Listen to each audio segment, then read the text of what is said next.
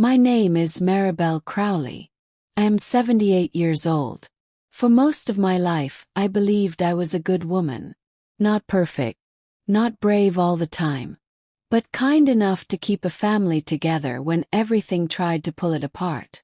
I live in a quiet retirement community outside a small town in Colorado.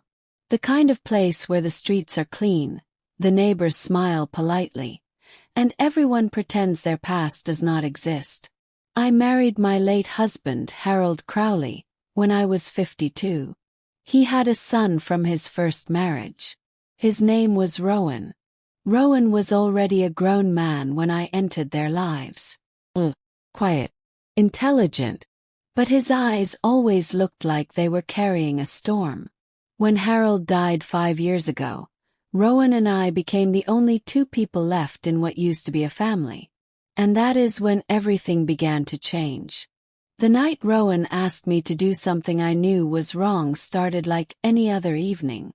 The sky was dark and heavy with rain. The kind of rain that makes the world feel smaller. I was sitting in my living room, knitting a scarf I would probably never finish. The television was on, but I was not watching it.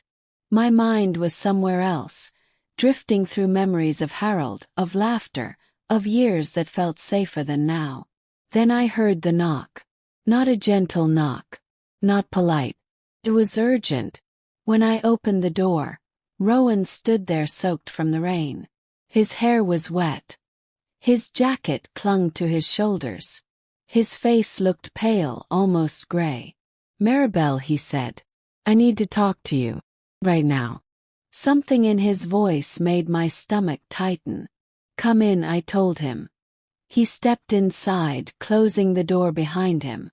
For a moment, he just stood there, breathing heavily like he had run a long distance. "Are you okay?" I asked. He did not answer immediately. Instead, he walked into the living room and sat down, burying his face in his hands. I watched him quietly. I had learned over the years that Rowan did not like questions when his mind was racing. After a long silence, he looked up at me. "Maribel," he said slowly, "I need you to help me with something." "Help you with what?" I asked. He swallowed hard. "Something that cannot be traced back to me." My hands froze on the knitting needles. I felt a cold wind move through my chest, even though the windows were closed. "What do you mean?" I asked. He leaned forward, his eyes locked on mine. "I need you to sign something for me. And I need you to say you did it willingly." My heart started beating faster.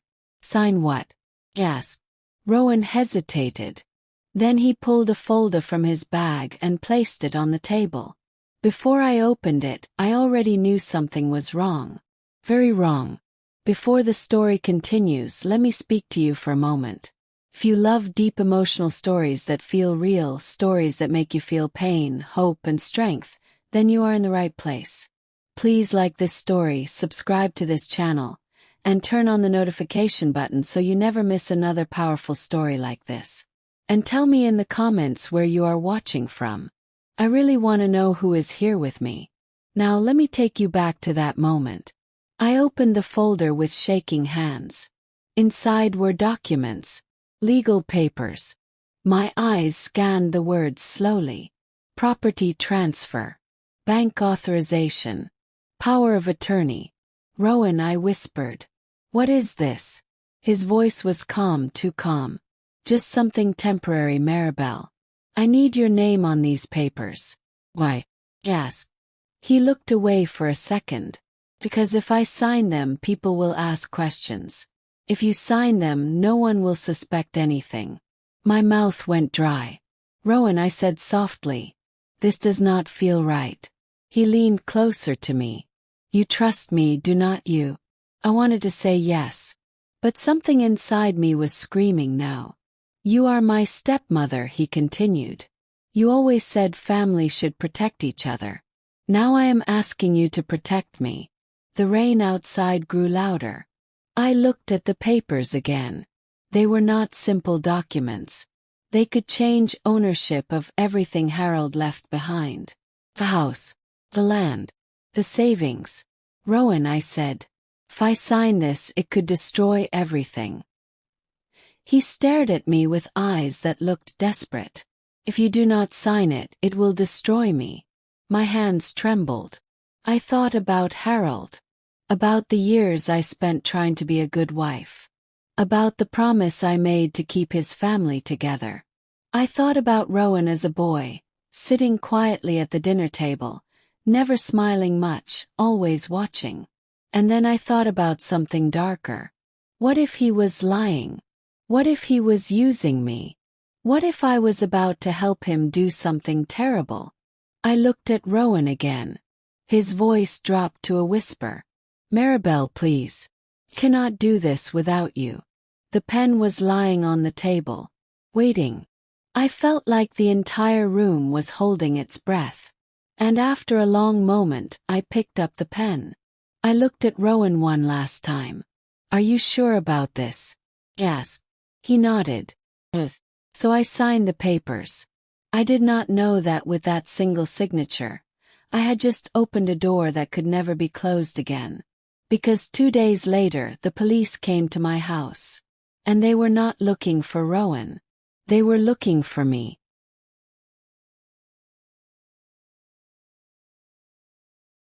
The knock on my door that morning did not sound like Rowan's. It was not urgent. It was not emotional. It was official. I was in the kitchen, pouring hot water over tea leaves when I heard it. Low. Firm. Certain. For a moment I stood still, holding the kettle in midair. Something inside me already knew that my life was about to change. I walked to the door slowly, my knees feeling weaker with every step. When I opened it, 2 people stood outside. A tall man in a dark jacket. A woman with sharp eyes and a notebook in her hand. Good morning, ma'am, the man said. Are you Maribel Crowley? Yes, I replied. My voice sounded calm, but my hands were shaking. We are here regarding an ongoing investigation, he continued. May we come in? The word investigation felt like a stone dropped into my chest. Course, I said. I stepped aside and let them enter. They looked around my living room as if every chair, every picture, every memory was evidence of something. The woman glanced at the photos on the wall. There was Harold, smiling with his fishing hat. There was Rowan, younger, standing stiff beside him. And there was me, smiling too brightly, as if I had always been afraid of losing them. The man gestured toward the couch. May we sit? Yes. Yes, I said again. We sat facing each other, the air between us heavy and unfamiliar. Mrs. Crowley, the woman said gently, we need to ask you some questions about recent financial and property transactions. My heart began to pound. What transactions? Yes. She opened her notebook. 2 days ago, documents were filed transferring ownership of several assets under your name. Do you recognize these documents? She slid copies of the papers across the table. My signature stared back at me. Yes, I whispered. I signed them. Why did you sign them? The man asked. The question felt simple, but the answer was not. I hesitated. Because my stepson asked me to, I said finally. Rowan Crowley. The woman asked. The man exchanged a quick glance with her. Do you understand what these documents do? Yes. I nodded slowly. They transfer property and give financial authority, I said. And did you understand that some of these assets were under investigation for possible fraud? Yes. Fraud. The word felt unreal. No, I said quickly. I did not know that. The woman leaned forward. Mrs. Crowley, we have reason to believe that these transactions were part of a scheme to hide assets. My breath caught. Hide assets from whom? Yes. From creditors. From legal claims. Possibly from the state. My head started spinning. That is not possible, I said. Rowan would never. The words died in my mouth. Would he? The man spoke again, his voice calm but firm. At this moment, your signature makes you legally responsible for these transactions. The room felt suddenly smaller. Responsible? Yes, he said. Which is why we need you to come with us for further questioning. I stared at him. Come with you? Yes, ma'am. My mind raced. I had never been in trouble with the law in my entire life. I had never even received a parking ticket. And now they were telling me I might be involved in fraud. I looked at the door. For a brief moment I thought of running. But where would a 78-year-old woman run to? I stood up slowly. Let me get my coat, I said. As I walked to my bedroom, my legs felt like they belonged to someone else. I closed the door behind me and leaned against it. My hands covered my mouth. Rowan, I whispered. Why did you do this? When Harold died, the house felt like it lost its heartbeat. He had been sick for a long time, but his death still came like a storm. Rowan arrived from Chicago the day before the funeral. He stood at the doorway of the hospital room, looking at his father's pale face. Dad, he said softly. Harold smiled weakly. You came, he whispered. Course, Rowan replied. I watched them from the corner of the room. There was love between them but also distance. After Harold passed away, Rowan stayed in the house with me for a while. At first we were polite to each other. We ate meals together. We talked about small things. Weather, news, memories of Harold. But slowly something changed. Rowan started spending long hours on his laptop. He made phone calls late at night. His voice always low, always tense. One evening I asked him, "Are you thinking of moving back to Chicago?" He looked at me with a strange expression. Not yet, he said. This house still has things I need. Things you need. Yes. He nodded. Things my father left behind. I thought he meant memories. I did not realize he meant something else. The police drove me to the station in silence. I watched the streets of my quiet town pass by. The bakery where Harold used to buy bread every Sunday. The park where children played after school. The retirement center where my friends spent their afternoons playing cards. Everything looked normal. But my life was no longer normal. At the station they led me into a small room. A metal table. 2 chairs. A bright light above. The woman sat across from me. Mrs. Crowley, she said kindly. We know you are not a criminal mastermind. I almost laughed at that. But the law does not care about intentions. Cares about signatures. I looked down at my hands. These hands had cooked meals for decades. Held Harold's hand when he was dying. Rocked babies that were not even mine. And now they had signed something that could destroy everything. Did Rowan tell you why he needed these documents signed? She asked. He said it was temporary, I replied. He said people would ask questions if he signed. The woman nodded slowly. Did he mention any debts? Any lawsuits? Any financial trouble? No, I said. He never talked about money. She paused, then asked quietly. Mrs. Crowley, do you trust your stepson? The question hurt more than any accusation. I opened my mouth to answer. But no words came out. Because for the first time I was not sure. The woman closed her notebook. We will need to speak with Rowan as well, she said. Do you know where he is? I shook my head. He does not live with me anymore, I said.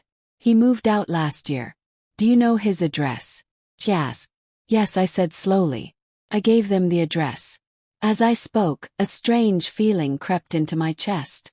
What if Rowan had planned this all along? What if he had chosen me because he knew I would not refuse him?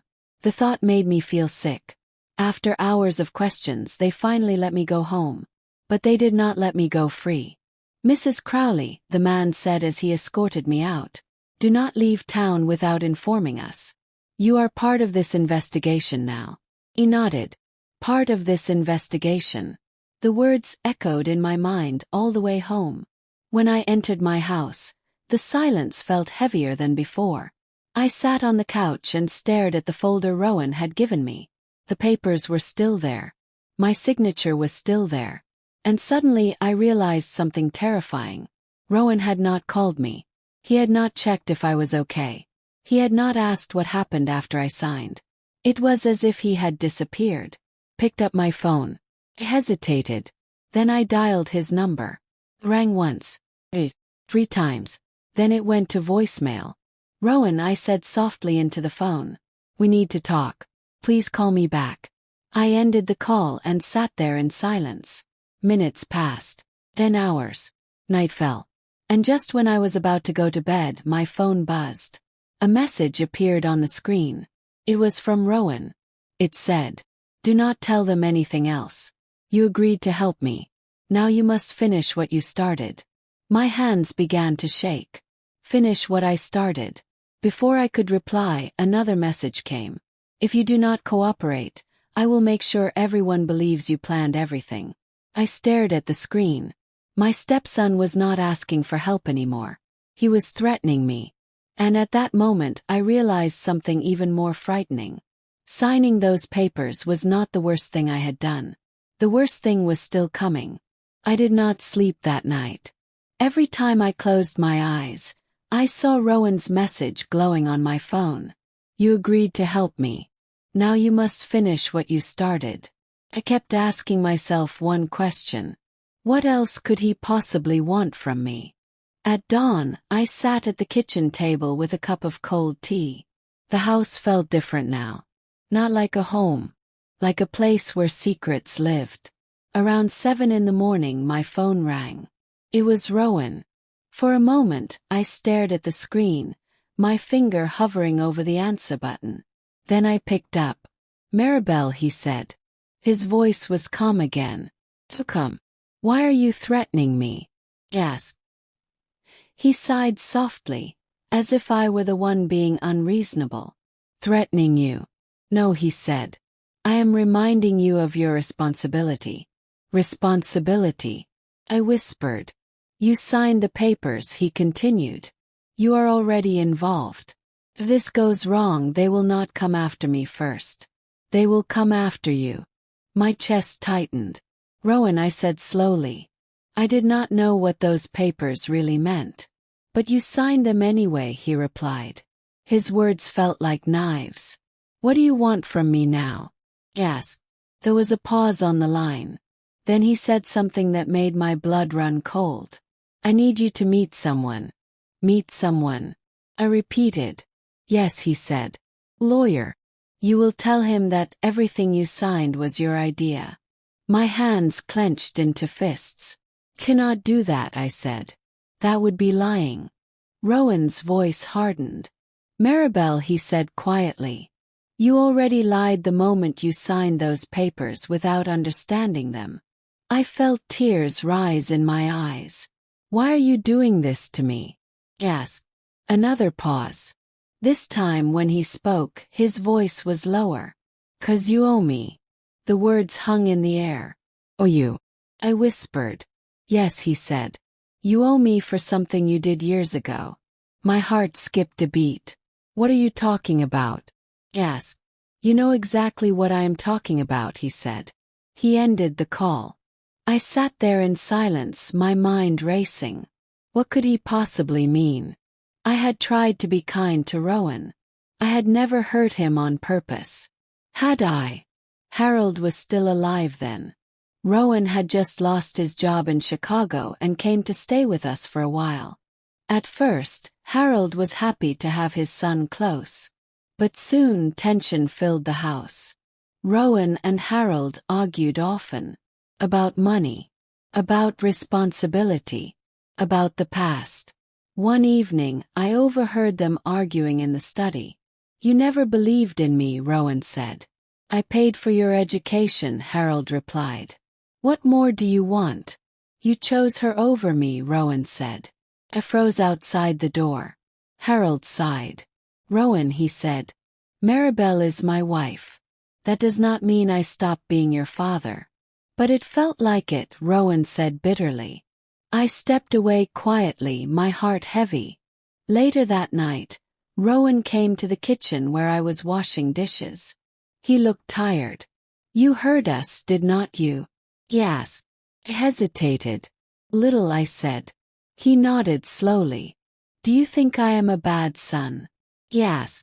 No, I replied quickly. Think you are hurt? He stared at me for a long moment. Sometimes, he said. I feel like I lost my father the day you married him. The words cut deep. I wanted to say something comforting, but nothing came out right. I'm sorry if you feel that way, I said. He smiled faintly, but his eyes did not smile. Some things cannot be fixed with apologies, Maribel, he said. I did not understand then what he meant. Now, sitting alone in my kitchen, his words came back to haunt me. Some things cannot be fixed with apologies. What did I do that made him feel I owed him? The phone rang again. This time it was not Rowan. It was my neighbor, Elsie. Maribel, she said cheerfully. Are you okay? I saw police cars near your house yesterday. My stomach tightened. I am fine, I said softly. Just some misunderstanding. Elsie hesitated. If you need anything, she said. You know I am here. Thank you, I replied. When I hung up, I felt a strange loneliness. In this quiet town, everyone smiled. But no one really knew what was happening inside my house. Later that afternoon, I decided to do something I had never done before. I drove to Rowan's apartment. The building was old, with cracked paint and narrow hallways. I stood in front of his door for a long time before knocking. Finally, I raised my hand and knocked. No answer. I knocked again. Still nothing.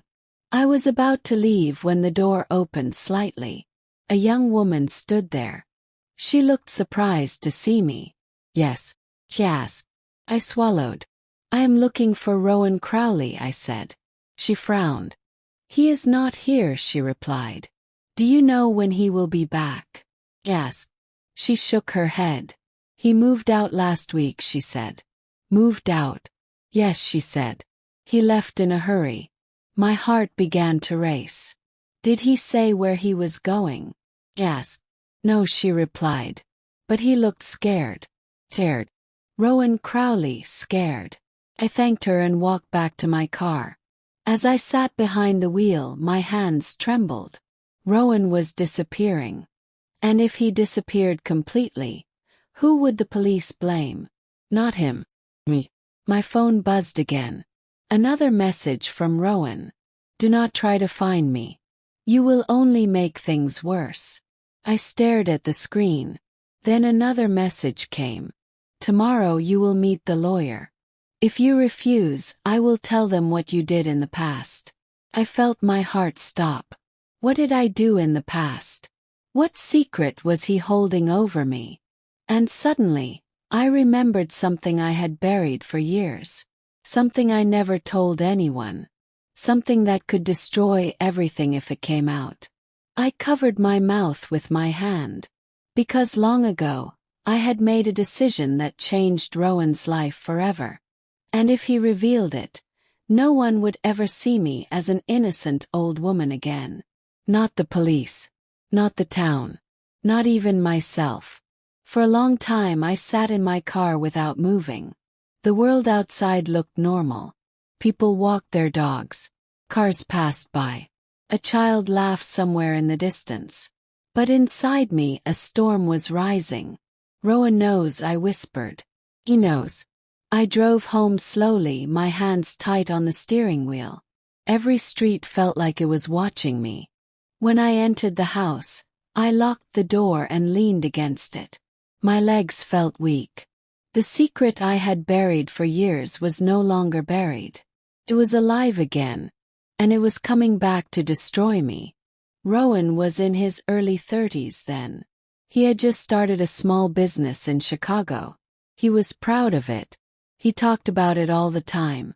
One evening, Harold and I visited him. His apartment was small but full of energy. One day he said excitedly, "This business will grow big. I will not depend on anyone anymore." Harold smiled politely, but I could see doubt in his eyes. Later that night, after Rowan went to bed, Harold spoke quietly to me. "I'm worried about him," he said. "Why?" I asked.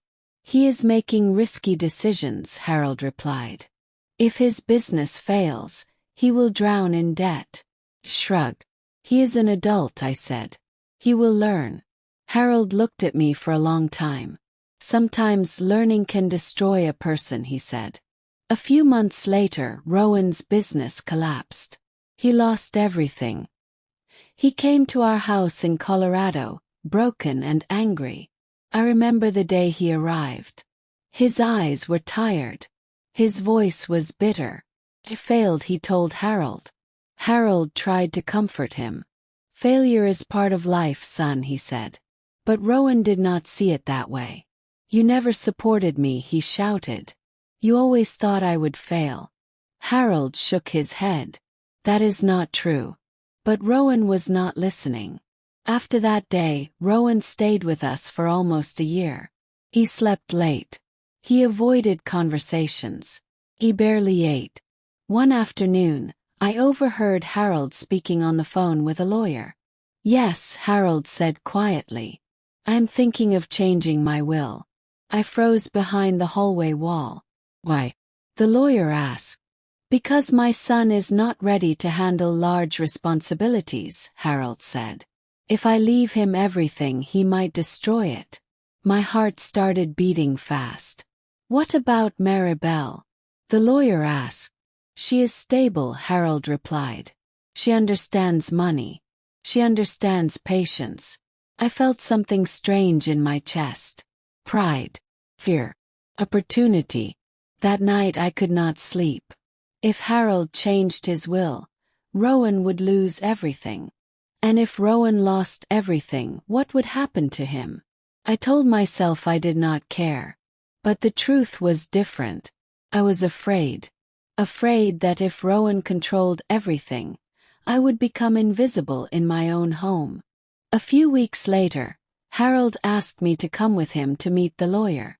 Rowan was not invited. We sat in a quiet office with brown wooden walls. Harold spoke calmly. "I want to adjust my will," he said.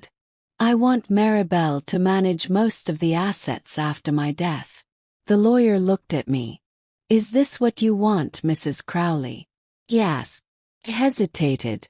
I knew this decision would hurt Rowan deeply. I knew he was already fragile.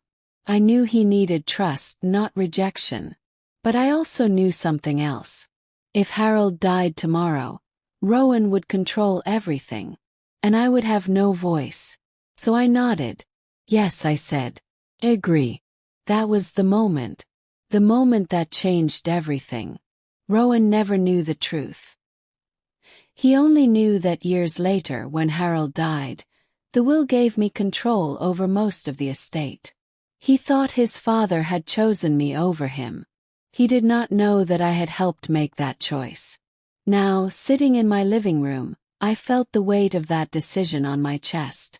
"Rowan knows," I whispered again. "He knows I played a role in his father's decision." And suddenly everything made sense. His anger, his distance, his stormy eyes. He did not just see me as a stepmother. He saw me as the woman who stood between him and his father's legacy. My phone rang. This time I answered immediately. "Maribel," Rowan said. His voice sounded tired. "You remember the lawyer's office, do not you?" he asked. My throat went dry. "Yes," I whispered. "You remember how my father changed his will?" He continued. "Yes." "You remember how you supported him in that decision," he said. Silence filled the line. I could not lie anymore. "Yes, Rowan," I said quietly. He laughed softly. "So you finally admit it," he said. "Rowan," I began. "I thought I was protecting the family." "Protecting the family," he repeated. "You protected yourself, Maribel." His words hit me harder than any accusation. I tried to explain. "I was afraid," I said. "I thought if you controlled everything, I would lose my place in this family." There was a long pause. Then Rowan spoke slowly. And now, he said, it is my turn to be afraid of losing my place. My heart started racing. What do you mean? I asked. I am losing everything again, he said. Listen. People coming after me. So you decided to use me, I said. Yes, he replied without hesitation. 'Cause you used me first. Tears filled my eyes. Rowan, I said softly. You are destroying my life. He was silent for a moment. Then he said something that made my blood run cold. You destroyed mine a long time ago, Maribel. Now we are even. The call ended. I sat there, staring at the wall. Even. Was this what he wanted? Not justice. Not truth. Revenge.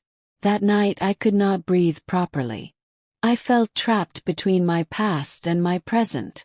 If I told the police the truth, Rowan would be exposed. But I would also be exposed. If I continued to help Rowan, I would sink deeper into his crimes. Either way, I would lose. The next morning I received a message with an address and a time. Tomorrow. 3 o'clock. Do not be late. The lawyer. I looked at the message for a long time.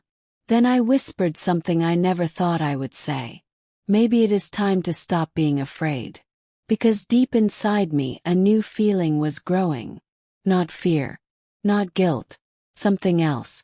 Something dangerous. Something that felt like courage. And for the first time I wondered if I was ready to fight back. The next day arrived too quickly. At 3 o'clock, I sat in my car outside the address Rowan had sent. It was not a law office. It was a quiet cafe on the edge of town. The kind of place where old men played chess and young people pretended they were not lonely. My hands rested on the steering wheel, but my heart was pounding. This is wrong, I whispered. But I opened the car door anyway. Inside the cafe, the smell of coffee filled the air. I looked around slowly. Rowan was not there. Instead, I saw a man sitting in the corner. He was in his early 40s, wearing a simple gray suit. He looked up when he saw me. Mrs. Crowley? He asked. Yes, I replied. He stood up and extended his hand. My name is Daniel Mercer, he said. I am a lawyer. I shook his hand cautiously. Where is Rowan? He asked. Daniel hesitated. He could not make it, he said. My chest tightened. Why? He asked. He sat down and gestured for me to sit across from him. Please, he said. I sat slowly. Daniel placed a folder on the table. Mrs. Crowley, he said gently. I want to be honest with you. Honest. I repeated. Yes, he said. Rowan did not ask me to defend him. He asked me to protect you. I stared at him. Protect me? Yes. Yes, Daniel said. My mind struggled to understand his words. From what? Yes. Daniel opened the folder. From what is coming next, he said. He slid several documents toward me. I looked at them. My breath caught. They were not about property transfers. They were about lawsuits. Rowan Crowley versus Harold Crowley estate. I looked up at Daniel. Rowan is suing his father's estate, he said quietly. Suing the estate. I whispered. Yes, he replied. He claims that his father was manipulated into changing his will. My heart stopped. Manipulated. The word felt like it was written for me. Daniel continued speaking. He claims that you influenced Harold's decision for personal gain. My hands began to shake. Does he have proof? Yes. Daniel looked at me carefully. He has some evidence, he said. Emails. Witness statements. And your signature on the will documents. Cafe felt suddenly too loud. People laughed around us. Cups clinked. Music played softly. But I could barely hear anything. If Rowan wins this lawsuit, Daniel said, the court could reverse the will. What does that mean? Yes. Means, he said slowly, that everything you inherited could be taken away. The house, the savings, the land, your pension arrangements, everything. My mouth went dry. And there is more, Daniel added. More. I whispered. If the court believes you acted in bad faith, you could also face legal consequences. The words felt unreal. Legal consequences. For a 78-year-old woman who thought she was just trying to survive. Daniel leaned forward. Mrs. Crowley, he said softly. Rowan is not just angry. He is strategic. He is using the past, the documents, and the recent signatures to build a case against you. I closed my eyes for a moment. So the papers he asked me to sign were not just about money, I said. No, Daniel replied. They were about creating a story. A story where you look like the mastermind. Tears rolled down my cheeks. Why would he do this? I asked. Daniel hesitated. Because, he said, he believes you stole his life. The words hit me harder than anything before. Stole his life.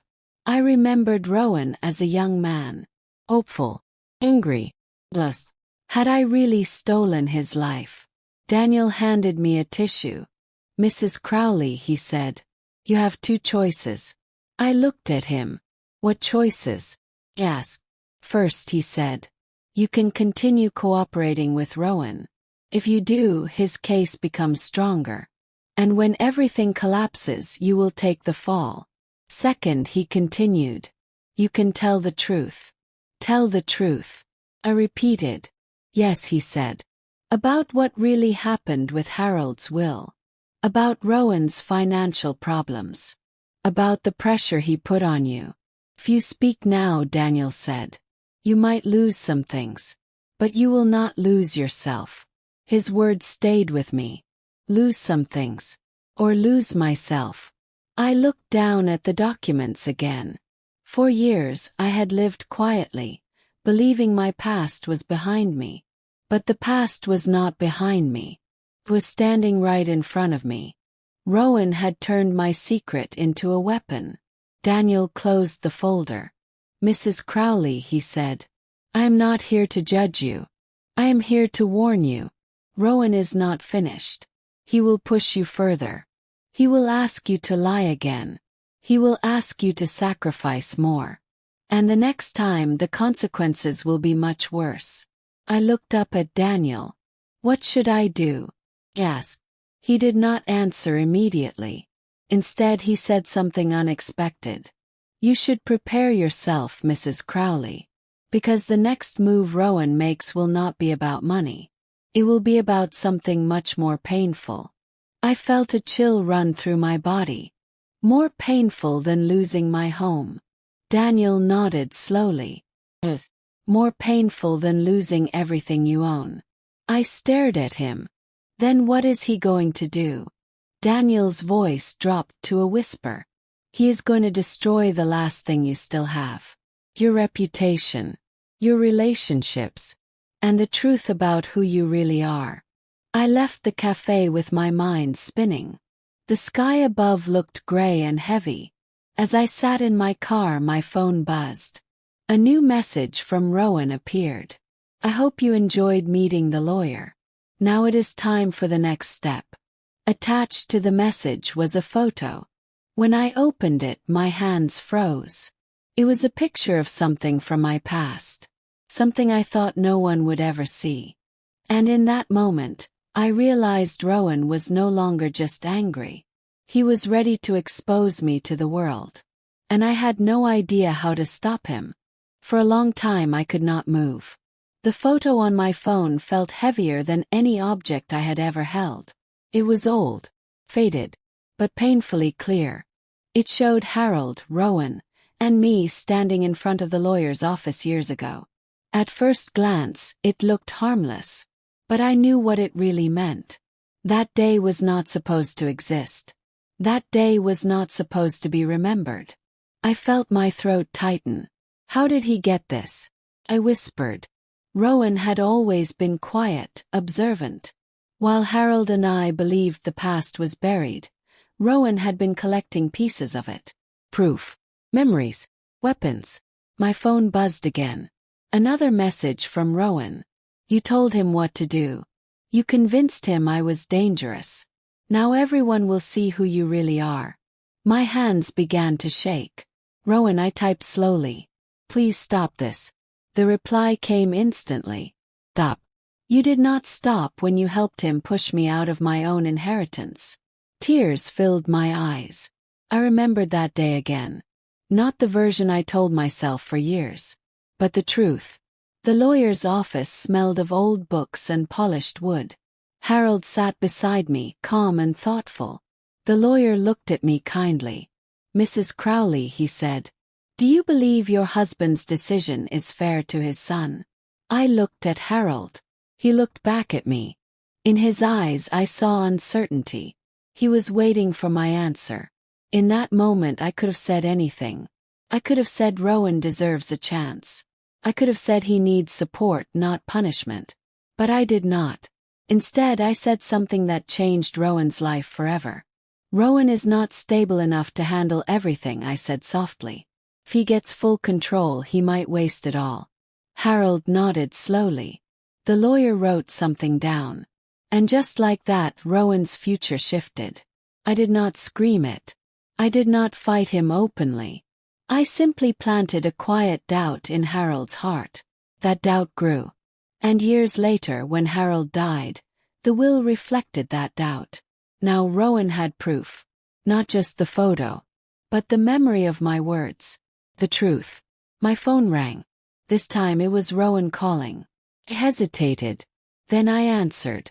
Maribel, he said. His voice was calm again. Almost gentle. Why are you doing this to me? Yes. He laughed softly.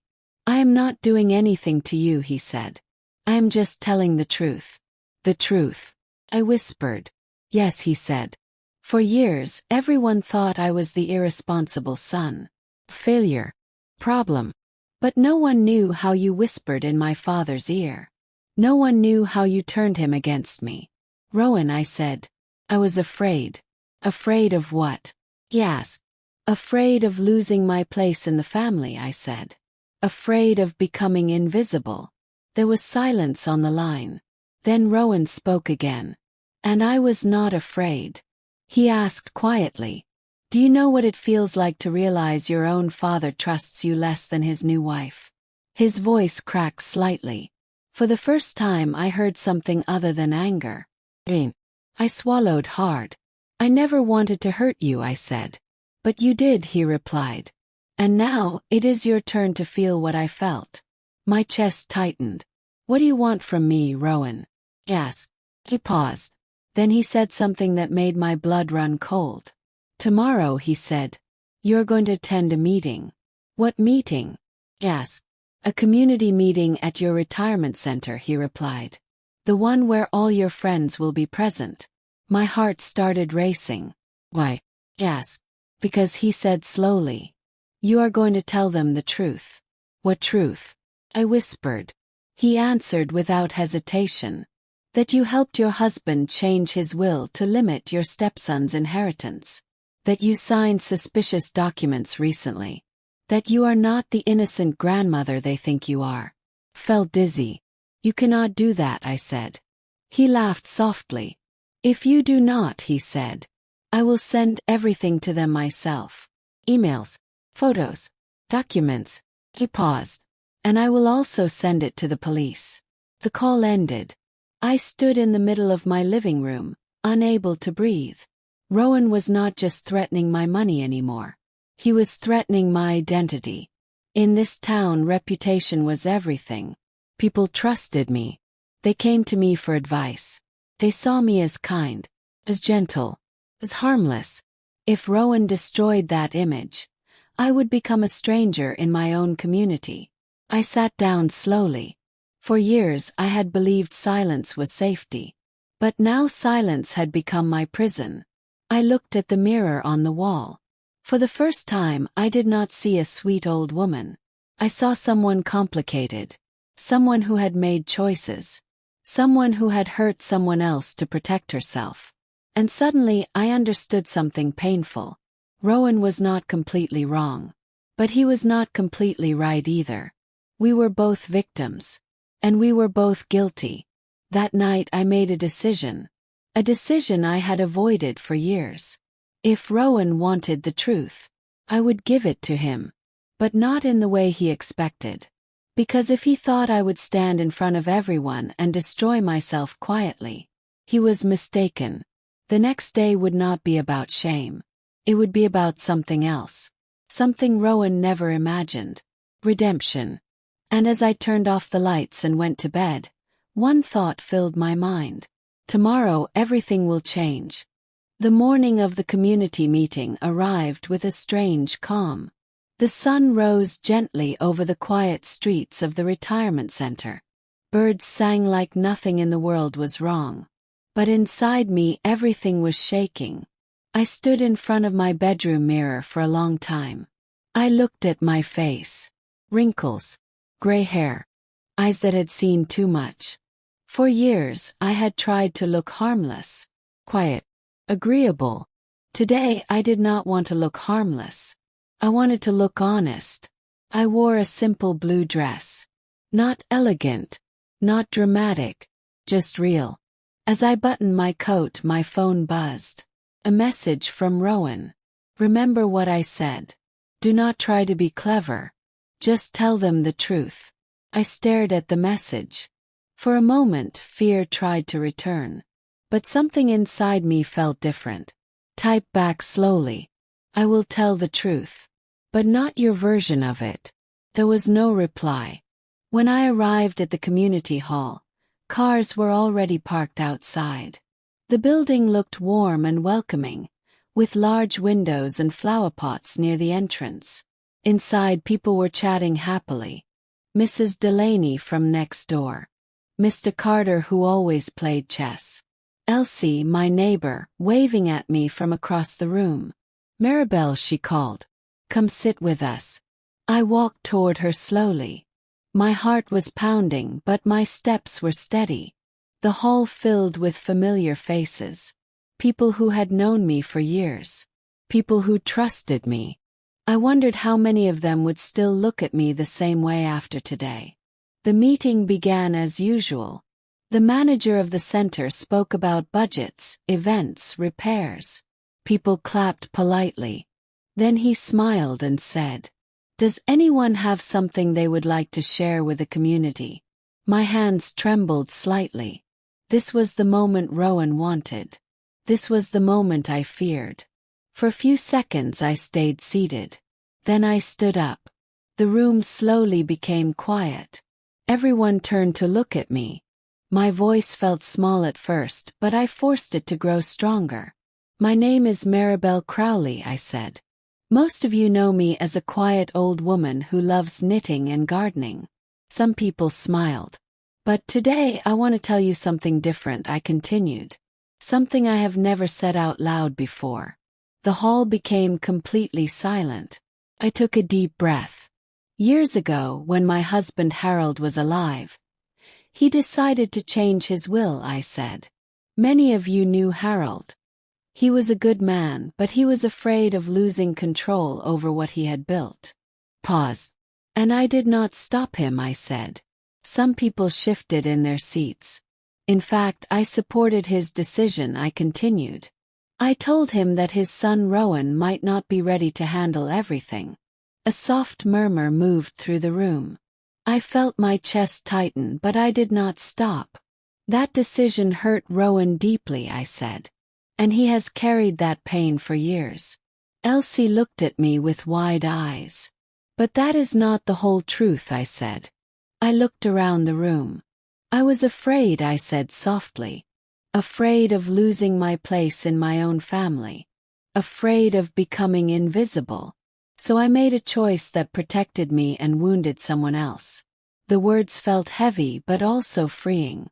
Some people looked shocked. Some looked confused. Some looked sad. I am not proud of that choice, I said. And I understand why Rowan is angry. The room was silent. Then I continued. Recently, Rowan asked me to sign documents that I did not fully understand, I said. I agreed because I felt guilty and afraid. That was wrong. I looked at my hands. I should have asked questions. I should have said no. But I did not. I lifted my head. However, I want you to know something else, I said. I did not steal Rowan's life. I did not plan to destroy him. I was a scared woman trying to survive in a complicated family. My voice trembled slightly. Rowan is not a monster, I said. He is a wounded man. But I am not a villain either. Pause. For the first time I felt something strange. I finished softly. Today I choose to stop hiding. I choose to stop being silent. And I choose to take responsibility for my mistakes without letting anyone turn me into something I am not. When I sat down, the hall remained quiet. For a few seconds no one moved. Then someone started clapping. Slowly. It was Mr. Carter. Then another person clapped. Then another. Soon the entire room was filled with applause. Not loud. Not dramatic. But warm. Elsie reached out and squeezed my hand. Thank you for being honest, she whispered. My eyes filled with tears. I did not know if Rowan was watching. But I knew something important. I had taken away his greatest weapon. My silence. That evening when I returned home, my phone buzzed again. A message from Rowan. You did not follow the plan. I typed back calmly. There was no plan anymore. A few seconds passed. Then another message appeared. You think this changes anything? I looked at the screen. Then I replied. Changes everything. Put the phone down. For the first time in years I felt like I was breathing freely. But deep inside I knew this was not the end. Rowan was not finished. And neither was I. Because when you finally stop being afraid, people who used your fear begin to panic. And I could feel it. Somewhere out there, Rowan was starting to realize that the woman he thought he could control was no longer willing to play his game.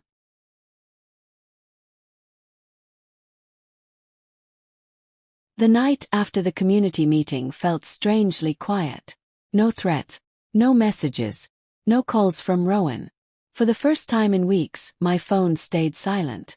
But silence can be more frightening than noise. I sat on my couch, staring at the dark window. Somewhere out there, Rowan was thinking. And when Rowan thought, something always happened. The next morning, I woke up with a heavy feeling in my chest. I made breakfast slowly, as if moving carefully could delay whatever was coming. Around 10 o'clock, there was a knock at my door. Not urgent, not polite, controlled. Open the door. Rowan stood there. For a moment, neither of us spoke. He looked thinner than I remembered. His eyes were tired but sharp. You embarrassed me, he said. His voice was calm but cold. I stepped aside. Come in, I said. He walked into the living room, looking around as if he had never seen the place before. So this is where you feel safe, he said quietly. I did not answer. He turned to face me. You stood in front of everyone and told your version of the story, he said. I told the truth, I replied. He laughed softly. Your truth, he said. Not mine. I looked at him carefully. Rowan, I said. Sit down. He hesitated, then sat on the chair opposite me. For a moment we just looked at each other. Not like stepmother and stepson. Not like enemies. Like two people who had been carrying the same wound in different ways. Why did you really come here? Asked. He looked away. 'Cause I thought you would beg, he said. Beg. I repeated. Yes, he said. I thought you would cry, deny everything, beg me to stop. He looked back at me. But you did not. I shook my head slowly. I am tired of begging, I said. He stared at me for a long time. You think you won, he said. I did not win, I replied. I just stopped losing. His jaw tightened. You made me look like a villain, he said. I sighed softly. Rowan, I said. You are not a villain. But you are not innocent either. He flinched slightly. You used me, I continued. You threatened me. You tried to destroy my life. He did not deny it. Why? Asked. For a moment he said nothing. Then his voice changed. Because I was tired of being the forgotten son, he said. The words came out slowly, as if they had been locked inside him for years. When my father married you, he continued, everything changed. He stopped looking at me the same way. He started asking your opinion instead of mine. He trusted you more than me. I listened quietly. And when I failed in Chicago, Rowan said, I came back home hoping he would catch me when I fell. He laughed bitterly. But instead I watched him slowly hand everything to you. I swallowed hard. Rowan, I said softly. Your father was afraid. Afraid of me? He asked sharply. No, I replied. Afraid of losing you. He stared at me. That does not make sense, he said. It makes more sense than you think, I said. He frowned. I leaned forward slightly. Your father loved you, Rowan, I said. But he did not know how to help you. He thought money would destroy you if it came too easily. Rowan shook his head. So he trusted you instead of me, he said.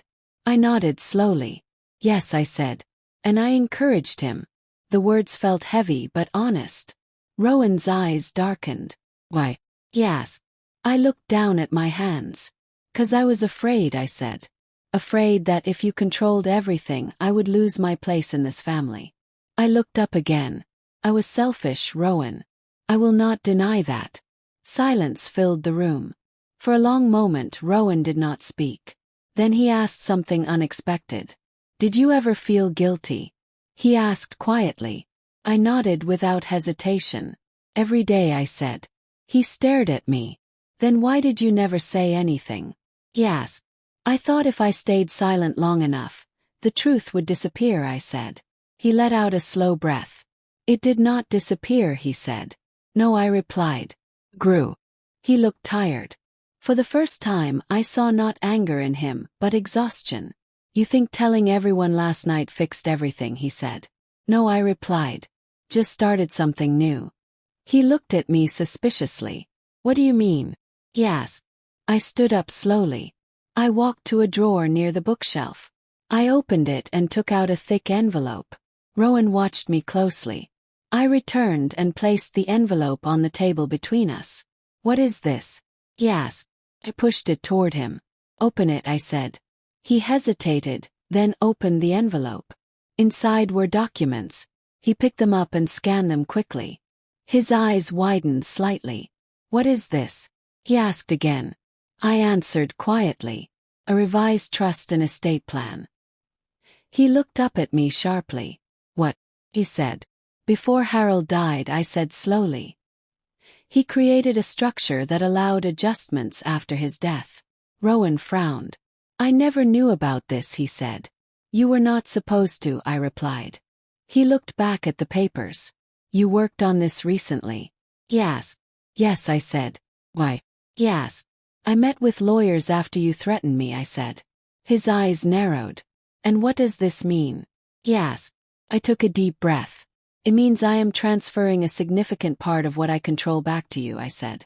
The room felt suddenly smaller. Rowan stared at me as if he had not heard correctly. What did you say? He asked. I repeated calmly. I am giving you a large share of the estate. He stood up abruptly. Are you trying to manipulate me again? He asked. No, I said. Then why would you do this? He demanded. I looked at him steadily. 'Cause I finally understand something, I said. He waited. I was wrong to help your father shut you out completely, I said. And you were wrong to try to destroy me in return. Pause. But if we continue like this, we will both lose everything, I said. He looked at the documents again. This is real? He asked. Yes, I said. Why now? He asked. I answered quietly. Because I do not want our story to end in courtrooms and police stations. Silence filled the room again. Rowan slowly sat back down. He stared at the papers for a long time. Then he looked up at me. You think this will erase the past? He asked. No, I replied. Nothing can erase the past. He looked down again. Then why do it? He asked. I looked at him with tired eyes. Because sometimes, I said, justice is not about winning. It is about stopping the war. He said nothing. Minutes passed. Finally he spoke. You are not afraid anymore, he said. I shook my head. No, I said. I'm not. He studied my face. For the first time he looked uncertain. And in that uncertainty I saw something else. Not revenge. Not rage. But confusion. Because Rowan had built his entire plan on one idea. That I would fight him. That I would deny everything. That I would cling to what I had. But instead I was letting go. And letting go is sometimes more powerful than fighting. He folded the documents slowly. You think this makes us even? He asked. I looked at him gently. No, I said. Makes us honest. He stood up again. I need time, he said. Take it, I replied. He walked toward the door. Before opening it, he turned back. Maribel, he said quietly. Yes, I replied. You are not the woman I thought you were, he said. I smiled faintly. Neither are you, Rowan. He opened the door and left. When the door closed, I sat down slowly. My heart was beating fast. I did not know if I had just saved our family, or destroyed it forever. But I knew one thing. Rowan's next move would reveal everything. Would he accept peace? Or would he choose revenge anyway? And as I stared at the door he had just closed, I felt a strange fear rise inside me. 'Cause sometimes, when you offer someone justice, they do not feel relieved. They feel robbed. Robbed of their reason to hate.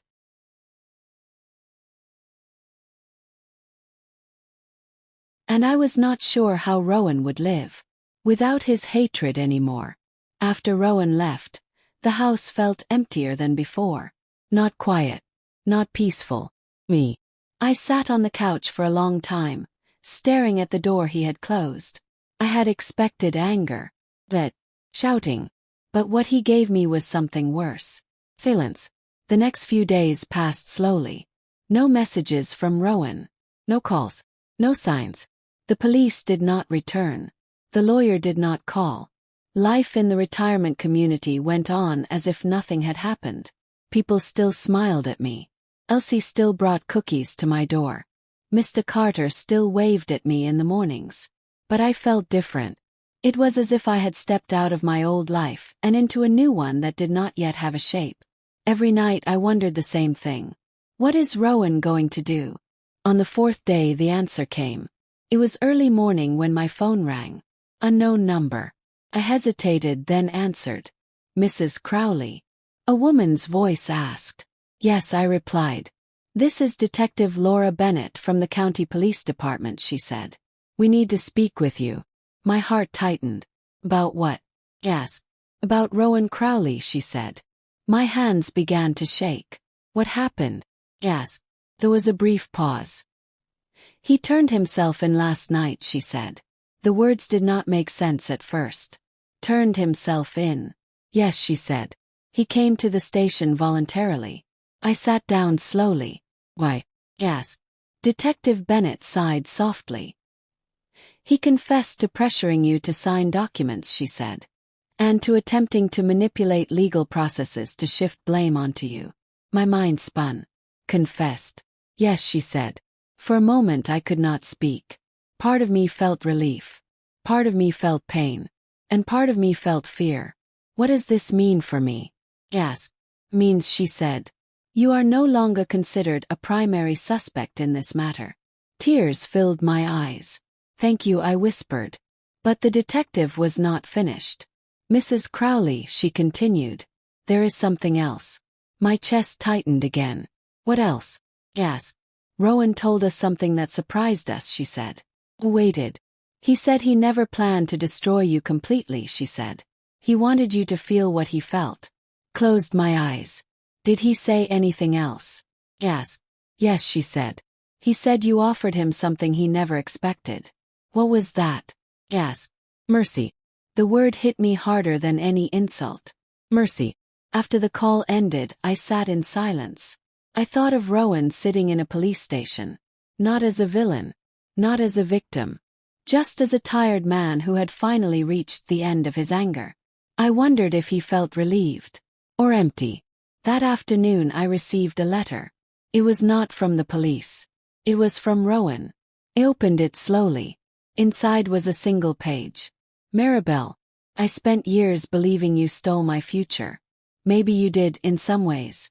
But I also spent years stealing your peace. When you gave me part of the estate, I thought it was another trick. But I realized something that night. If you wanted to destroy me, you had already done it long ago. You did not need to give anything back. You chose to let go instead of fight. I did not know how to fight that. I turned myself in because I was tired of being the person I had become. Not for you. Not for my father. For myself. I do not know if I can forgive you. I do not know if you can forgive me. But I know this. I do not want to spend the rest of my life chasing revenge anymore. Rowan. I folded the letter slowly. Tears rolled down my cheeks. For the first time I felt something I had not felt in years. Not fear. Not guilt. Not anger. Sadness. A deep, quiet sadness for everything we had lost. Weeks passed. The legal situation slowly untangled. The lawsuit softened. The accusations faded. Rowan faced consequences for his actions, but not destruction. And I faced mine but not ruin. Life did not return to normal. But it became honest.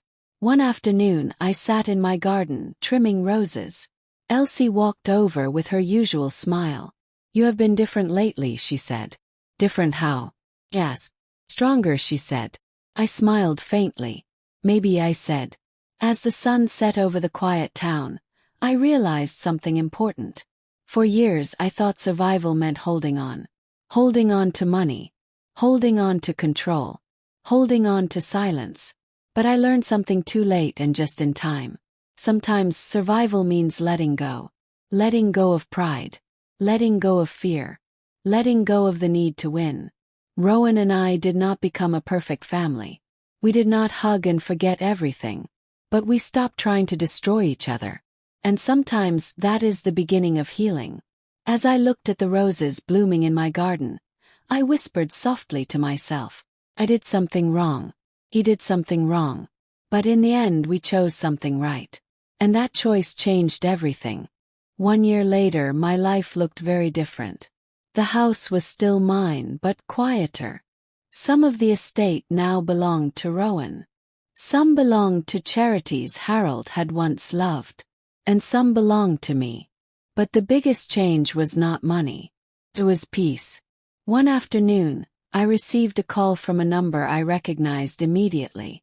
Rowan. I hesitated, then answered. Maribel, he said. His voice sounded calmer than I remembered. How are you? He asked. I am fine, I replied. And you? I am trying to be, he said. There was a pause. I wanted to tell you something, he said. I listened quietly. I am moving away, he said. Moving away. I repeated. Yes, he said. To another state. I need a fresh start. I nodded slowly. That makes sense, I said. He hesitated. Before I go, he said. I wanted to thank you.